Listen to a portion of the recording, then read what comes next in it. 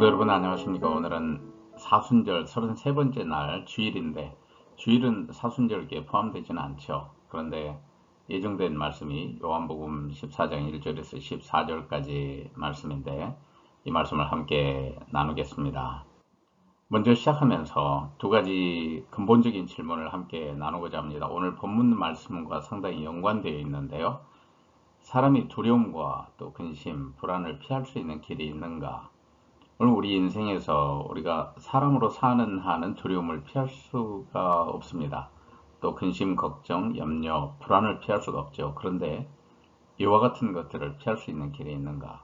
또 두 번째 질문은 하나님을 본다는 것은 무엇인가? 하나님을 안다고 하는 것은 무엇인가?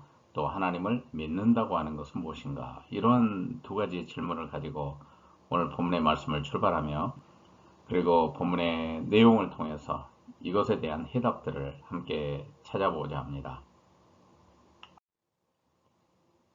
오늘 요한복음 14장 1절에서 4절까지 말씀이 서두에 속하는데, 말씀을 이렇게 시작합니다. 너희는 마음에 근심하지 말라. 하나님을 믿으니 또 나를 믿으라.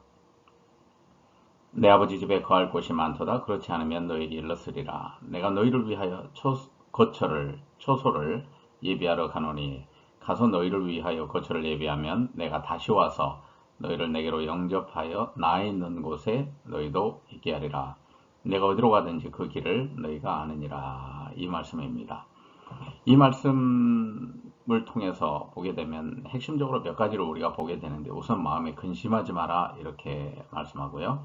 그리고 또 하나님을 믿으니 또 나를 믿으라 이렇게 말씀하시고, 또 내 아버지 집에 거할 곳이 많다. 너희를 위해서 거처를 예비하러 간다. 가서 너희를 위해서 거처를 예비하면 내가 컴백, 다시 와서 내게로 너희를 영접하여 너희들을 테이크해서 나 있는 곳에 너희도 있게 하리라. 이와 같은 말씀이고, 마지막으로 예수님께서 하신 말씀, 내가 어디로 가는지 그 길을 너희가 안다, 이런 말씀을 하십니다. 이 말씀을 좀 더 자세하게 살필까요? 예수님께서 왜 이와 같이 너희는 마음에 근심하지 말라 이 말씀을 하셨을까? 요한복음 13장의 분위기가 굉장히 중요합니다. 예수님께서는 거기에서 세 계명도 말씀하셨고, 제자 중에 한 사람이 예수님 자신을 팔 것이라고 하는 이 말씀도 하셨습니다. 또 예수님께서는 제자들의 발을 씻겨주시기도 하셨죠. 그래서 섬김이 무엇인지, 그리고 주님 자신을 영접하는 것이 무엇인지에 대해서 보여주셨습니다. 그런데 또 베드로를 향해서는 베드로가 예수님 자신을 닭이 울기 전에 3번 부인할 것이라고 하는 이 말씀도 하셨습니다. 그리고 나서 이 요한복음 14장의 말씀이 진행이 되는데, 생각해보면 제자들의 마음속에 그 근심을 아시는 듯합니다. 예수님께서 계속 예수님 자신이 죽으셔야 되고 사람들의 손에 넘겨져서 고난을 당하고, 그리고 이 제자 공동체를 떠날 것이라고 하는 이 말씀을 간간히 하셨기 때문에 요한복음 14장에 이르게 되면 이제 예수님의 사역의 마지막 그 기간이 진행되고 있는 것을 알게 됩니다. 그러한 가운데 제자들의 마음속에 있었던 것은 무엇일까요? 예수님께서 그것을 간파하셨을까요? 마음에 근심하지 말라 이렇게 말씀합니다. 그런데 인간에게 있어서 근심이라고 하는 것은 피할 수가 없습니다. 인간은 두려움을 가지고 있고 또 근심을 가지고 있으며 염려와 불안을 가지고 있습니다. 그 근심한다라고 하는 말의 뜻을 생각을 해보면 뒤흔든다, 어지럽히다, 분기시키다, 선동하다, 그리고 또 불안하게 만든다, 이런 여러 가지 뜻을 가지고 있습니다. 생각을 해보면 예수님께서 마음에 근심하지 말라라고 했을 때에 그 말씀의 아주 깊은 의미에는 마음과 존재의 기초인, 그리고 또 영혼의 심연의 그 바탕이 흔들리는 것에 대해서 주님께서는 충분히 그런 삶인 것을 아시고, 또 제자들에게 마음에 근심하지 말라, 두려워하지 말라, 불안해하지 말라, 이와 같은 말씀을 하신 것으로 보입니다. 예수님께서 가지고 계셨던 그 극도의 두려움과 불안감을 표현해 주는 말씀이 요한복음 12장 27절에 나와 있는데, 다른 공관복음서에서 말하는 겟세마네의 기도와 상당히 병행하는 구절인 것처럼 보입니다. 그런데 그때 예수님께서 하신 말씀이 그 기도 가운데 지금 내 마음이 괴로우니 이런 말씀을 하세요. 이것은 독백일 수도 있고 기도일 수도 있습니다. 예수님께서 대소의 죽음을 위해서 보냄을 받았는데 그러한 예수 그리스도가 가지고 있었던 그 두려움은 무엇일까요? 그 십자가의 죽음을 앞두고 있는 예수 그리스도, 참 사람이면서 참 하나님의 아들이신 예수 그리스도 그 존재의 기반을 흔드는 그 절망과 고통을 예수님 자신이 직접 느끼고 있었기 때문에 지금 내 마음이 괴롭다 이렇게 말씀하신 것이죠. 그 단어가 똑같습니다. 내 마음이 괴로우니 이때의 단어와 또 근심하지 말라 이때 근심한다고 하는 이 단어가 히라고가 똑같습니다. 결국에는 하나님 아버지의 영광을 위해서 십자가의 죽음이라고 하는 이 성배를 받아들이는 겸비함이 있는 것이죠. 그런데 오늘 이 요한복음 14장 1절에서 4절까지의 말씀을 통해서는 예수님께서는 인간이 쉽게 불안해하고 두려워하고 또 괴로워하고 염려와 근심 속에 빠지기 쉽기 때문에 주님께서는 근심하지 말라 이렇게 말씀하는데, 그런데 이 근심 중에서도 인간이 가장 두려워하는 근심이 무엇입니까? 그것은 죽음이라고 하는 것이잖아요. 예수님께서 물론 죽음을 향해서 나아가고 있습니다. 그런데 우리 인간도 피할 수 없는 가장 큰 절망이 있다고 한다면 그것은 죽음이죠. 그런데 주님께서 이 죽음을 이기는, 죽음의 절망을 이길 수 있는 길을 오늘 가르쳐 주시는 것입니다. 먼저 예수님께서 그렇게 말씀하시죠. 하나님을 믿으니 또 나를 믿으라 이렇게 말씀하세요. 자, 하나님은 누구며 나는 누굽니까? 우리가 잘 알듯이 이 하나님은 구약 성경에서 증언된 하나님이요 성부 하나님이시죠. 살아계신 하나님의 아들인 독생자 그리스도를 믿으라 이와 같이 직접 말씀해 주시는 것이죠. 그런데 이 말씀을 듣고 있는 제자들이 어떤 사람들입니까? 이들은 유대인들입니다. 유대인들은 하나님의 신의 이름을 가지고 있습니다. 많은 유대인들이 신의 이름을 가지고 있지만 지금 나사렛 예수가 그리스도인 하나님의 아들 독생자이신 주님인 것을 과연 믿느냐? 이 부분에서는 사실 제자들 중에도 아직 믿는 사람들이 드물고요. 많은 유대인들은 이 사실을 믿지 않고 있습니다. 그렇기 때문에 유대 전통에 속해 있는 바리새인들이나 사두개인들이나 아니면 제사장들은 보냄받은 하나님의 아들이요 그리스도로 메시아로 이 땅에 왔다는 사실을 부인하고 있잖아요. 그렇기 때문에 주님께서는 이 의미심장한 이 문장에 말씀을 하신 것이죠. 하나님을 믿으니 또 나를 믿으라. 왜냐하면 자신을 통해서는 이 인간의 사망의 절망과 그리고 영원한 근심을 이길 수 있는 길이 있다는 사실을 가르쳐 주시는 것입니다. 그것의 한 예로 주님께서 말씀하시는 것이 거처입니다. 아버지 집에 거할 곳이 있다. 너희를 위해서 그 처소를 거처를 예비하러 간다. 주님께서는 5개의 동사를 쓰셨는데 내가 가서 너희를 위해서 예비하면 prepare하면 내가 I will come back. 내가 다시 와서 너희를 I will take you. 너희를 영접하여 나 있는 곳에 너희도 you may be there. 거기에 있게 하리라. 이 5가지의 동사들입니다. 주님께서는 이렇게 약속을 해주시고 그 길을 너희가 안다 이렇게 말씀하셨어요. 왜 이 길을 제자들이 안다고 말씀하셨을까요? 우리 다음에 본문의 말씀 볼까요?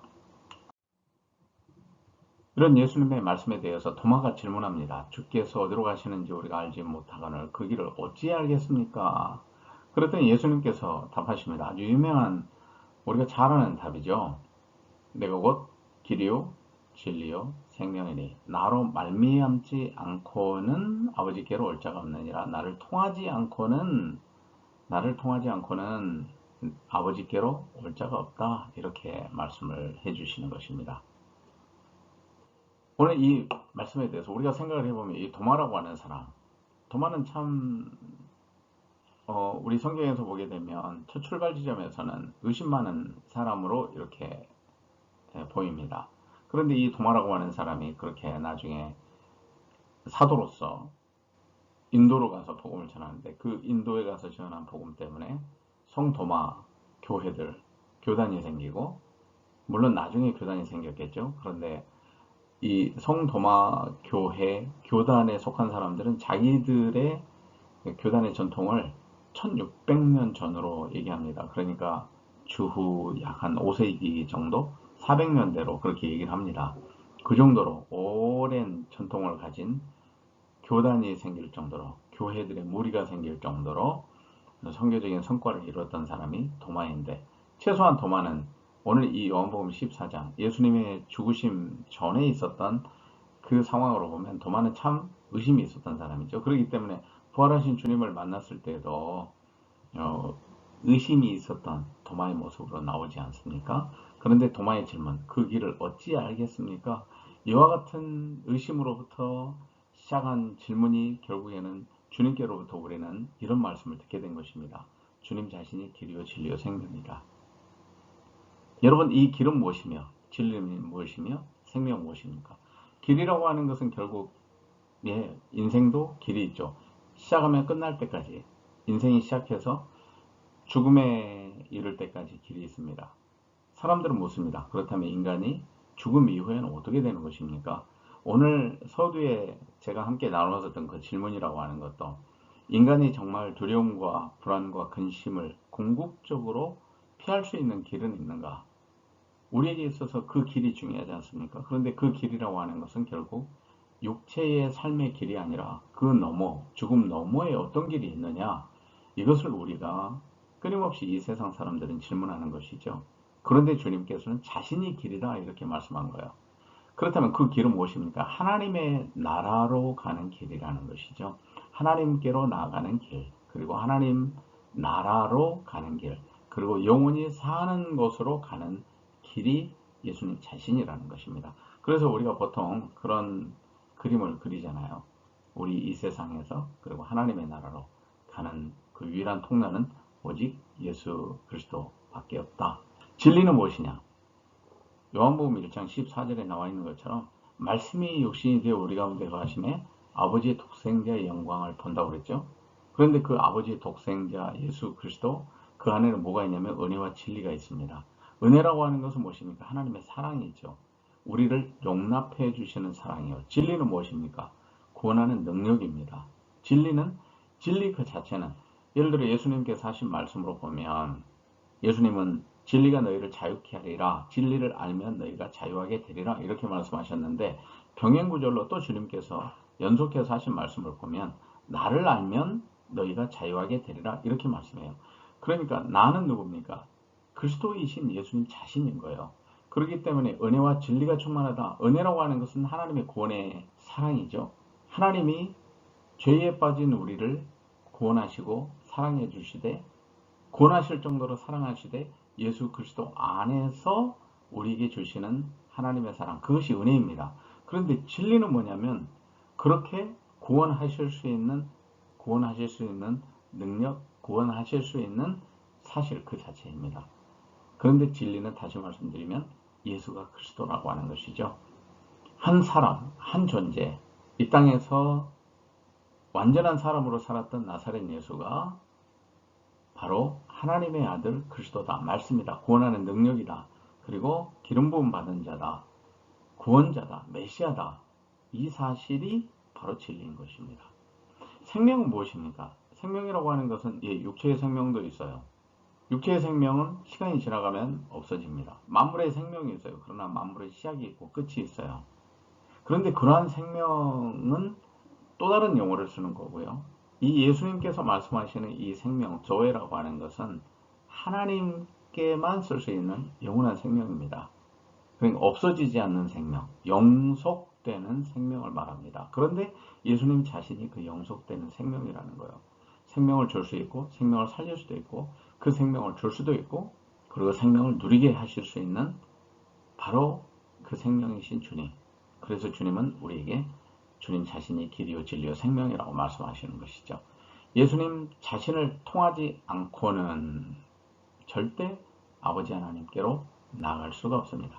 그러니까 하나님을 믿으니 또 나를 믿으라 이렇게 말씀하실 때는 하나님을 믿어왔었던 유대인들에게 있어서 이제 그리스도를 통하지 않으면 아버지 하나님께 나아갈 수 있는 길이 없다는 것이에요. 많은 유대인들이 그리스도를 찾지 않습니다. 지난 2000년 동안 유대인들은 공식적으로 주님을 찾지 않았습니다. 그리스도를 찾지 않았어요. 그러나 그들 속에 이제는 예수 그리스도를 믿는 사람들이 속출하기 시작했습니다. 그래서 진짜 그들이 알고 있었던 야훼 하나님께 나아가는 유일한 통로가 예수 그리스도밖에 없다는 사실을 인정하는 유대인들이 나오기 시작했습니다. 또 그러한 동족들을 선교하는 크리스천 주이시들이 나오기 시작했습니다. 주님께서 말씀합니다. 너희가 나를 알았더라면 내 아버지도 알았으리로다. 너희가 그를 알았고 또 보았느니라. 예수님께서 하신 말씀, 제가 서두에 함께 나누었던 질문 기억나십니까? 하나님을 보고 하나님을 알고 하나님을 믿는다고 하는 것이 무엇일까? 빌립이 이런 질문을 주님께 합니다. 주여, 아버지를 우리에게 보여주옵소서. 그리하면 족하겠나이다. 아버지 하나님은 보이지 않는 하나님이십니다. 하나님을 본 적 없습니다. 모세 하나님의 권능을 보고 하나님을 대면해서 보았지만 살게 되었죠. 그런데 보통 사람들은 하나님을 만난 적이 없습니다. 그런데 어떻게 아버지 하나님을 보여달라고 빌립이 질문할 수 있었을까요? 예수님께서 이런 말씀으로 답하십니다. 빌립아, 내가 이렇게 오래 너희와 함께 있으되 내가 나를 알지 못하느냐? 나를 본 자는 아버지를 보았거늘 어찌하여 아버지를 보이라 하느냐? 이런 말씀을 하세요. 좀 더 자세하게 볼까요? 그렇다면 예수님께서 하신 말씀, 이 빌립에게 답하시면서 나를 본 자는 아버지를 본 자다. 그리고 나를 아느냐? 그러면 너희들은 아버지를 알고 아버지를 믿는 자가 되고 또 나를 믿으면 아버지를 믿는 자가 된다. 이와 같은 말씀을 하셨는데 그렇게 알고 보고 믿고 믿는다고 하는 것이 무엇일까? 이 관계에 대해서 명쾌하게 해석해주는 그 말씀이 바로 10절에서 12절의 말씀입니다. 화면에 보시죠. 내가 아버지 안에 거하고 아버지는 내 안에 계신 것을 내가 믿지 아니하느냐? 내가 너에게 이러는 말은 스스로 하는 것이 아니라 아버지께서 내 안에 계셔서 그 일을 하시는 것이라. 그러니까 아버지 하나님이 독생자 그리스도 안에 계셔서 하나님의 일을 나타내시며 하나님의 일을 하시는데 그 하나님의 일을 하시는 것에 중요한 것이 뭐냐면 예수님이 하나님 나라의 복음을 말씀하시는 것이라는 거예요. 아주 중요한 연합에 대해서 말씀하셨죠. 주님이 그리스도가 아버지 하나님에 거하고 아버지는 그리스도 안에 계십니다.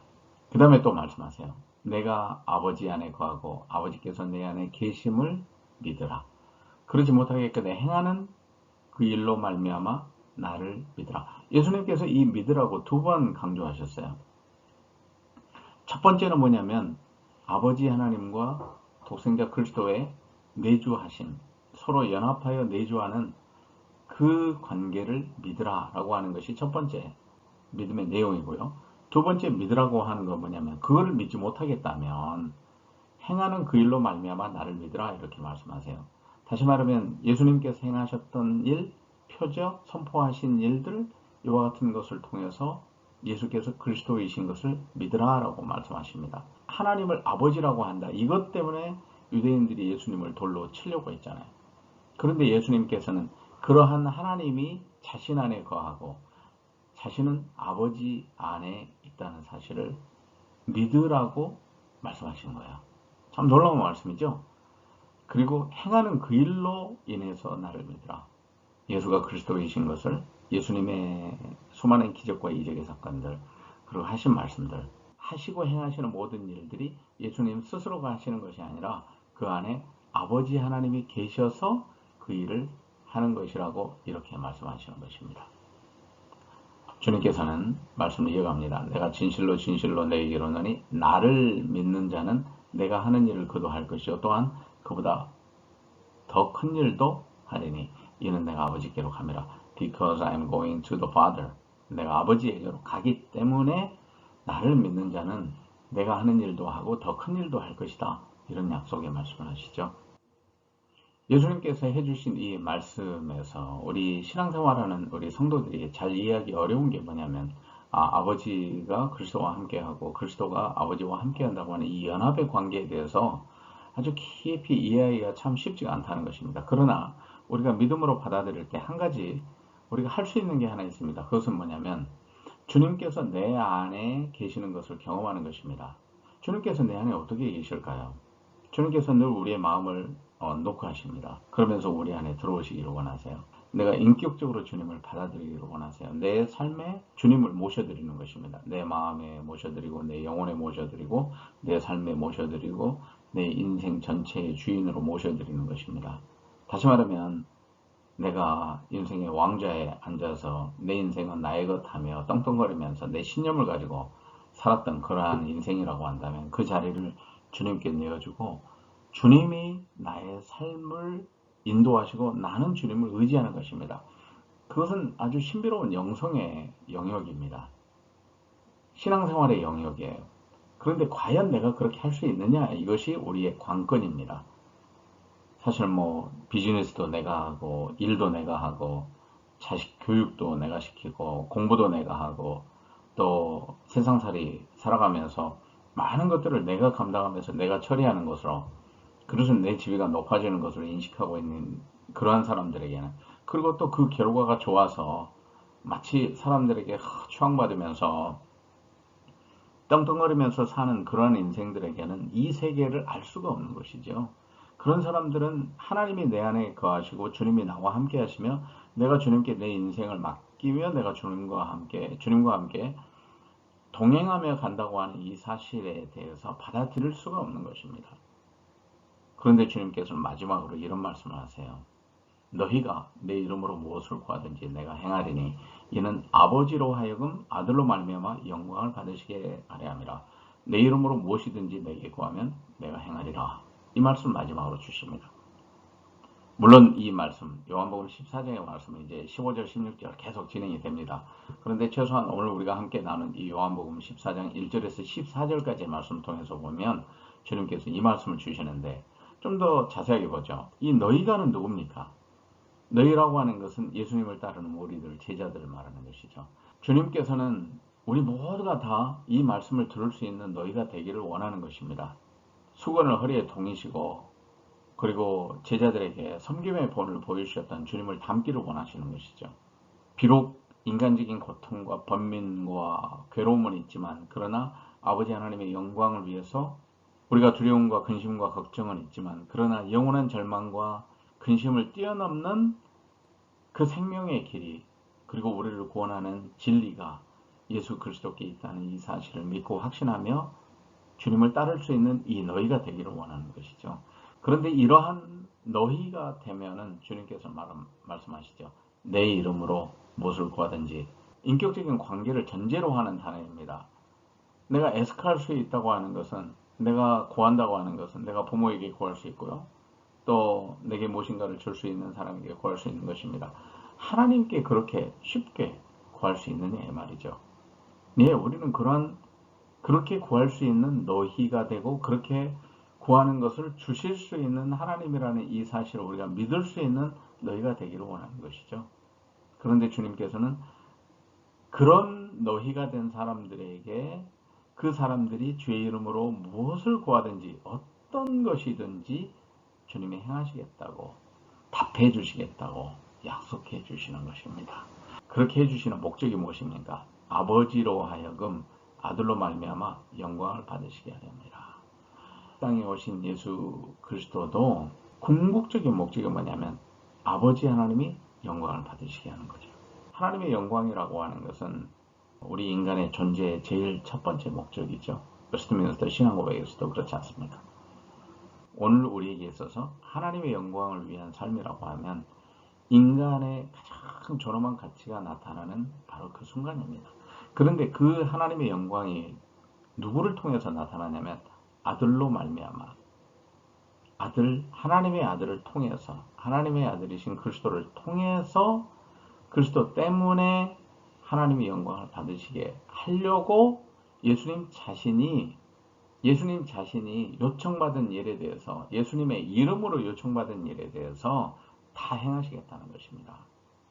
그러므로 내 이름으로 무엇이든지 내게 구하면 참 주님께서는 직접 말씀하셨네요. 내게 구하면 내게 예수님께 구하면 곧 아버지 하나님께 구하는 것이고 삼일체 되신 하나님께 구하는 것이 되는 것이죠. 그런데 그것을 주님께서는 내가 행하리라 이렇게 약속을 해주신 것입니다.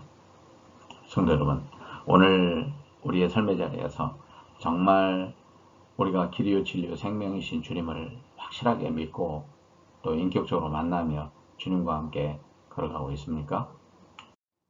궁극적으로 절망스러워하는 인생에게 그리고 두려움을 가진 인생에게 주님께서는 말씀하십니다. 길이요 진리요 생명이신 그리스도를 믿으라. 그 안에 하나님이 함께 계신다고 약속해 주시고요. 그를 알고 믿는 자가 하나님을 알고 믿는 자이다. 이렇게 답을 주십니다. 그래서 우리가 서두에 질문을 나눴던 것처럼 하나님을 안다고 하는 것은 무엇이며 하나님을 본다는 것은 무엇이며 하나님을 믿는다고 하는 것은 무엇인가? 그것은 바로 예수 그리스도, 역사적인 예수로 이 땅에 오셨던 그리스도를 우리가 보게 되면, 다시 말하면 나사렛 예수를 보면서 함께 지상생활 33년으로 생존하셨던 그리스도를 본다면 우리는 하나님을 본 자입니다. 하나님은 보이지 않는 하나님이시잖아요. 그러나 보이지 않는 하나님이 현현, 그래서 그것을 뭐라고 말합니까? 하나님이 나타나셨다. 주현이다. 이렇게 말하잖아요. 주현, 하나님이 나타나셨다. 그것을 보통 에피파니라고 말하는데, 예수 그리스도를 알고 믿는 자는 하나님을 알고 믿는 자이다. 이렇게 말씀을 나눌 수가 있죠.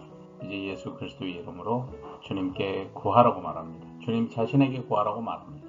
오늘 성도 여러분의 삶의 자리에 길이요 진리요 생명이신 주님이 함께 하셔서 주의 이름으로 구하는 것들을 주님이 직접 어떻게 시행하시는지를 보고 경험하고 또 감사할 수 있는, 하나님께 영광을 돌리시는 성도들 되시기를 주의 이름으로 축복합니다.